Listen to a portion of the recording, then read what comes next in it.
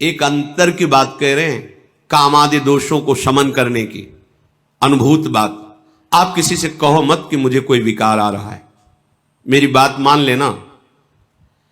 यह हम अपने हृदय की बात कहते हैं, किसी से भी मत कहो कि मेरे अंदर विकार आ रहा है। उससे क्या होगा, जब आप किसी से कहते हो, स्वीकार कर लेते हैं कि मेरे अंदर काम बहुत पीड़ा पहुंचा रहा है, तो उसकी सत्ता दृढ़ हो जाती है। ये तुम्हारी समझ में नहीं आएगी बात।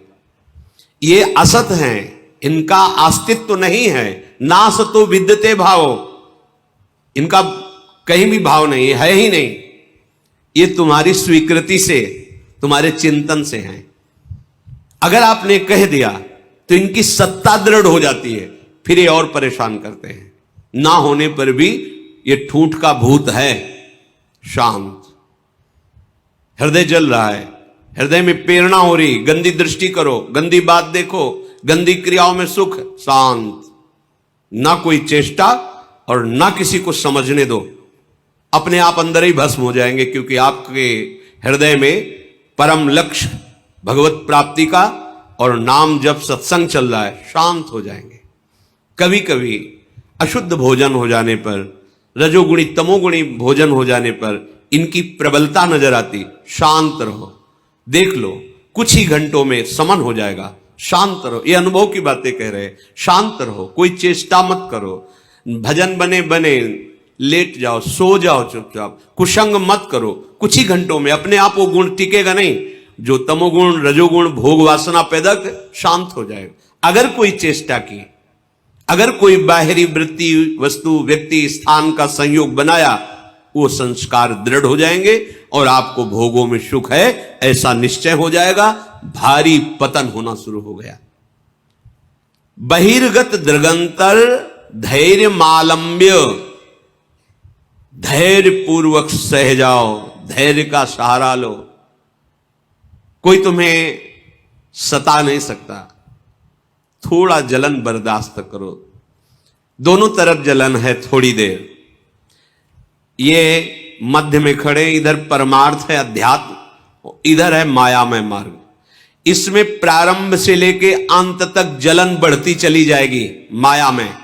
माया में भोग वासना, और ये परमार्थ मार्ग, इसमें थोड़ी दूर तक बहुत जलन है। क्यों? क्योंकि पूर्वाभ्यास भोगों के भोगने में सुख है, ऐसा हमने क्रियाएं की है, ऐसा हमने चिंतन किया है, ऐसी हमने सोच बैठा रखी। अब वो जब उधर की तरफ से रोका जाता है तो जलन पैदा करते हैं। उस जलन को सह जाना ही तपस्या कहते हैं। ताप को सहना तप कहते हैं। अपने संयम नियम पूर्वक भगवत मार्ग को पुष्ट करने के लिए जो जलन प्राप्त होती है, उसे सह जाना, वो महात्मा हो जाता है। ये थोड़ी दूर जलन के बाद अमृत में शांति है, और इसमें थोड़ा सुखद भाव आने के बाद सदैव जलन ही जलन है। अब जब दोनों तरफ देख रहे हैं कि हमें मरना ही है, जलना ही है, तो हम भोग करके जलन को बढ़ाने वाले मार्ग में नहीं जाते। भोग त्याग करके थोड़ी जलन सह के परम शांति के मार्ग में जाते। ये विवेकवान का निर्णय है। यदि आप ऐसे ही मन को छूट देते रहे, इंद्रियों को छूट में दे से, तो सहा नहीं जा रहा। भगवान दोनों की रचना की है, भक्ति मार्ग, अध्यात्म मार्ग और माया मार्ग। जाओ, फिर विचरो, भोगो। फिर कभी किसी युग कल्प में उनकी करुणा होगी, ऐसा संयोग बने ना बने, कोई पक्का नहीं। बार बार तो बनत नहीं, यह संयोग अनूप। ये जो आज हमें संयोग मिला है, ये बाजी जीत जाने के लिए मिला है। वृंदावन धाम रसिकों का संग, प्रिया प्रीतम की उपासना, राधा नाम। अरे एक रजकण अत्यंत दुर्लभ वस्तु, जहां हम बैठे हैं, अपने लोग माइक वस्तुओं पर महत्व रखने वाले इस महामहिम वृंदावन की रज रानी का क्या महत्व जाने। सहना कैसे सहोगे, अब उपाय बता रहे हैं। बहिर्गत दृगंतर धैर्य मालंब्य। अय उपासक, परमार्थ के पथिक, तुम्हें किसी बाहरी से सहयोग नहीं लेना। ये अंदर से ही परमार्थ में सहयोग मिलता है, बाहर से कोई सहयोग ही नहीं। बाहर केवल विक्षेप है, सहयोग नहीं। पक्का ये हमारे दोस्त हैं, परमार्थ में सहयोग करेंगे, इतना चिंतन होना ही विक्षेप हो गया। अपने आराध्य देव से अन्य आश्रय नहीं, केवल हमारे साधन श्यामा श्याम, हमारे साध्य श्यामा श्याम। तुम ऐसी सोच मत रखो कि तुम्हें कोई साथ देगा, तुम्हें कोई सहयोग करेगा परमानंद प्राप्ति का, तुम्हें कोई सुखी कर सकता है, ये भ्रम हटा दो। ये जो तुम्हारा आंतरिक मन बुद्धि कि हम तो गंदे आचरण करें, अधर्म से धन कमाए, मनमानी भोग भोगे, और विश्व में कहीं कोई ऐसा जादूगर तांत्रिक मंत्रवेत्ता कोई ऐसा मिले जो छूछा कर दे, मंत्र जंत्र बांध दे, हमें कोई विघ्न न सतावे, हम भोग भोग लें, तो ऐसा ब्रह्मा ने पैदा ही नहीं किया। अभी आगे करेगा तो पता चल जाएगा, अभी तक ऐसा नहीं हुआ। निज कृत कर्म भोग सुनु भ्राता। यदि किसी के पास जाने से, किसी प्रक्रिया से आपका आगंतुक विपत्ति नष्ट हो रही है, तो वो विधान पहले लिखा हुआ है। आपका सुकृत आ गया और सुख चलने लगा, आपको लगा कि किसी जंत्र या मंत्र या तंत्र से ये काम बन गया, बिल्कुल भ्रम में मत रहना। आपका कर्म ही आपको सुख और दुख प्रदान करता है। कौन काहू के सुख दुख कर दाता, निजकृत कर्म भोग सुन भ्राता। अब इस अध्यात्म की बात को कोई समझना चाहता है? नहीं। कोई ऐसा हवन कर दो, कोई ऐसा मंत्र, कोई ऐसा जंत्र, कोई ऐसा तंत्र, तुम तपस्या करके कोई ऐसा जंत्र बांध दो, कोई ऐसा मंत्र प्रयोग कर दो जिससे मैं सुखी हो जाऊं। फिर कह रहा हूं, ऐसा ब्रह्मा सृष्टि में रचा ही नहीं है।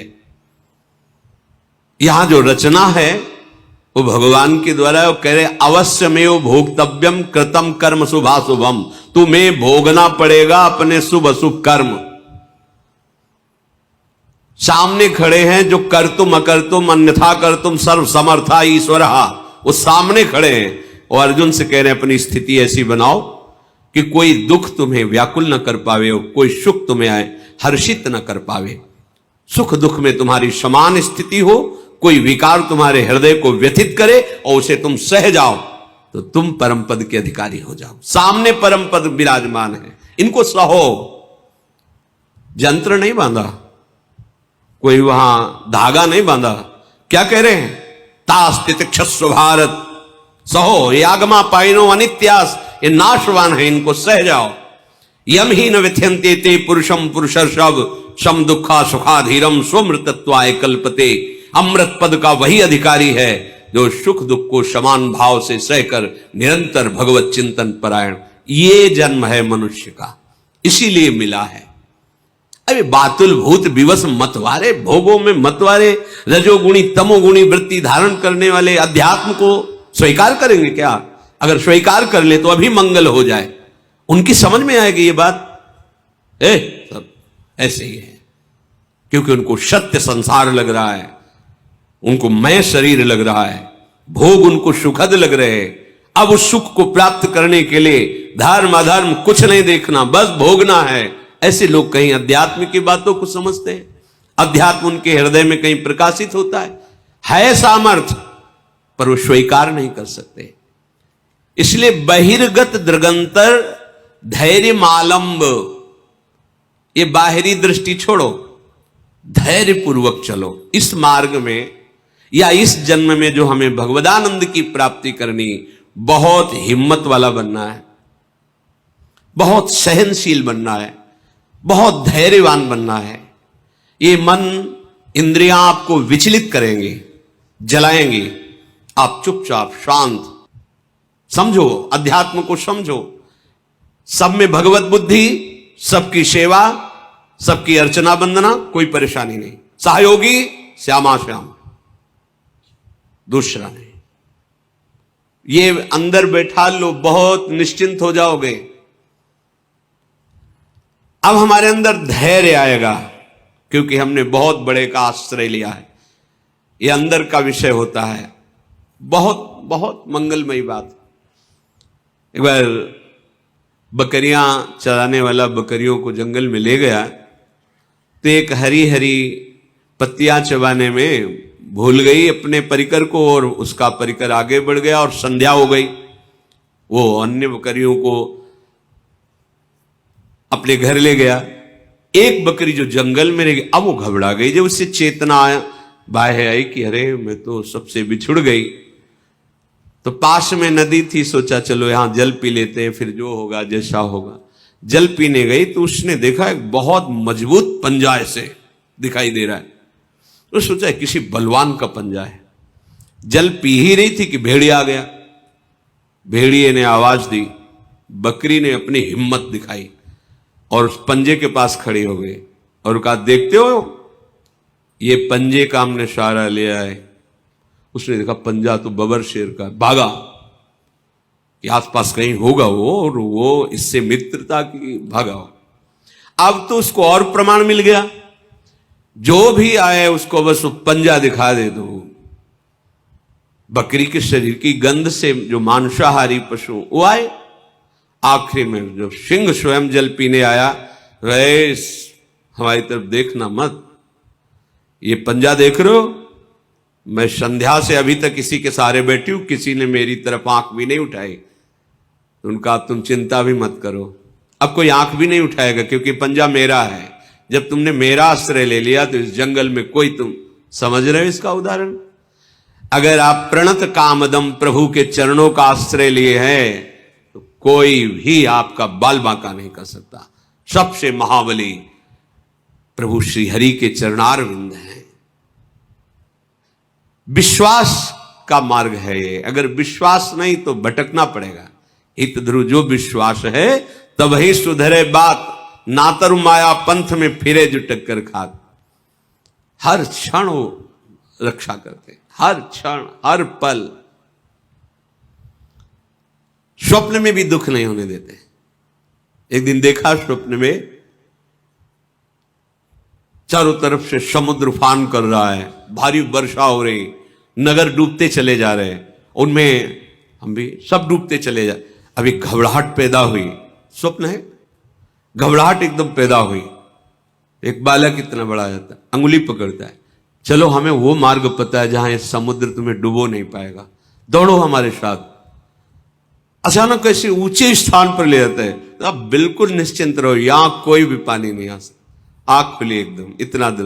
अगर देखो स्वप्न में भी डर नहीं पैदा होने देते, स्वप्न में भी दुख पैदा नहीं। शरणागत वत्सल भगवान स्वप्न में भी दुख, फिर जागृत की क्या कहे, आश्रय लेके तो देखो। बहिर्गत दृगंतर धैर्य मालंब, सहारा लो किसका, प्रभु का, और धैर्य धारण करो, सहना सीख जाओ। कैसे आप सह पाओगे, इसके लिए उपाय नित्य स्मृति, नित्य निरंतर भगवान की स्मृति। ये बहुत बड़ी स्मरण, बहुत बड़ी उपलब्धि है। ये बाहरी साधनों की बात यहां नहीं कह रहे। स्मृति सिर्फ अंदर की बात होती है। माला जपना जप कहलाता है, बाहरी कष्ट सहना तप कहलाता है। साफ पवित्र क्रियाएं हैं, भागवतिक क्रियाएं हैं, शुभ क्रियाएं हैं, अशुभ क्रियाएं हैं, बहुत सब। यहां एक शब्द केवल बोला गया, श्रीपाद कह रहे नित्य स्मृति। गीता जी का फल भी अर्जुन को जो मिला, तो नष्टो मोहा स्मृतिर लब्धा त्वत्प्रसादान्मयात्, ये स्मृति बहुत जोर की उपलब्धि है। मानो साधना का फल है अखंड स्मृति, बहुत बड़ी। यस्य स्मरण मात्रेण जन्म संसार बंधनात् विमुच्यते, जिनका स्मरण जन्म मरण से मुक्ति दिला देता है। हरि स्मृति सर्व विपद विमोक्षणम, कोई भी विपत्ति तुम्हें दुखी नहीं कर सकती, गिरा नहीं सकती, फंसा नहीं सकती, निराश नहीं कर सकती। कब, जब हरि स्मृति, हरि का स्मरण चल रहा है। और अगर हरि का स्मरण नहीं तो कोई भी संपत्ति तुम्हें सुखी नहीं कर सकती। शंकर सहस विष्णु अज तो ही, सकहिन राख राम कर द्रोही। का हनुमंत विपति प्रभु सोई, जब तो सुमिरन भजन न होई। स्मृति, रात दिन अपनी प्यारी जो प्यारे जो के नाम की स्मृति, रूप की स्मृति, लीला गुण की स्मृति, धाम की स्मृति, भगवत प्रेमी महात्माओं की स्मृति। जिनको नाम लेत दुख छूटत, सुख लूटत तिन संगति, जिनको नाम लेत दुख छूटत। सारे विघ्नों का नाश करने में समर्थ है प्रभु और प्रभु के प्रेमी जनों की स्मृति, नित्य स्मृति। इस पर ध्यान दो, यही तुमको सब सामर्थ्य देगी सहने की, हर समय मधुर मधुर स्मृति।